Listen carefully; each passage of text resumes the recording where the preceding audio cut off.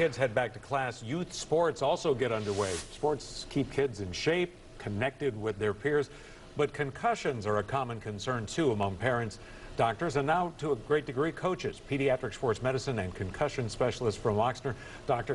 Karlin joins us with more on that this morning. Good morning, Dr. Karlin. Let's start with this. What are the signs of concussion, whether it's somebody who's playing, high school football or just your child runs into a wall? Yeah, and that's an important point. Concussions aren't just sports related. So concussions can occur from a hit to the head, but also a hit to the body, and then that force can get transmitted through the neck to the brain, injuring the brain.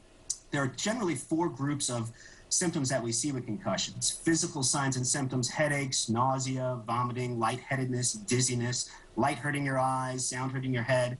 Then we have cognitive or thinking symptoms, so trouble with word finding, disorientation, feeling mentally foggy. And then other ones that are oftentimes overlooked are going to be sleep disruption, because your brain's in charge of when you're awake and asleep. So these are kids who are overly sleepy, or they're not able to fall asleep or stay asleep. And then finally, emotional changes. Kids who are normally pretty even keel, up and down. You had a great analogy about an egg, and we have this shell on our. Some people think I have a hard head, which protects you. But inside, if your brain is moving fast enough, it's an inertia thing to a degree that causes an injury too? Yeah, absolutely, and that's kind of the tough, one of the tough things to understand is we wear these helmets, for example, in football, and we think that that's going to protect us from a concussion. Unfortunately, there haven't been any really great studies to show that those football helmets reduce the rate of concussion. They reduce the rate of force that might be transmitted to the skull, but if you think of your you think of your brain as kind of a yolk inside of an egg. If I take that raw egg and I shake it hard enough, I can break that yolk inside. And that's where the injury really occurs. So I mean, what are the treatments? Is it sometimes just as simple as just taking a break of several days, or is it more than that? Yeah, so if somebody's thought to have a concussion, that initial treatment is going to be what we term relative rest. We don't need kids necessarily in a dark room with noise-canceling headphones, blinds shut, laying on their back.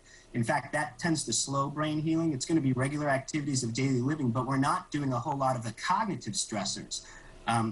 TV, computer, video games, texting, telephone, those kinds of things. We try to limit those initially. Sometimes we have to limit time in school, and certainly physical activity. That said, soon on, we want to get them back and moving, because that, believe it or not, has been shown, light aerobic activity has been shown to improve brain healing after that short-term first few days after injury. We're almost out of time here, but do you think that there's been a lot of discussion about this. Do you think that things are looking up, that people, parents, and coaches are more aware than they were? Oh, without a doubt.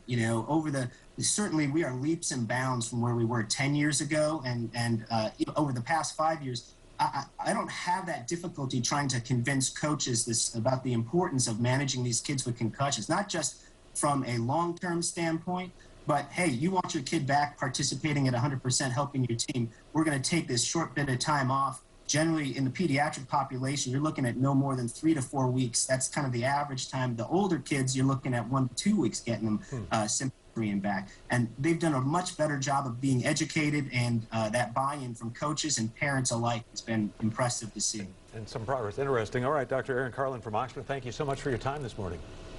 Absolutely. Thank you for having me.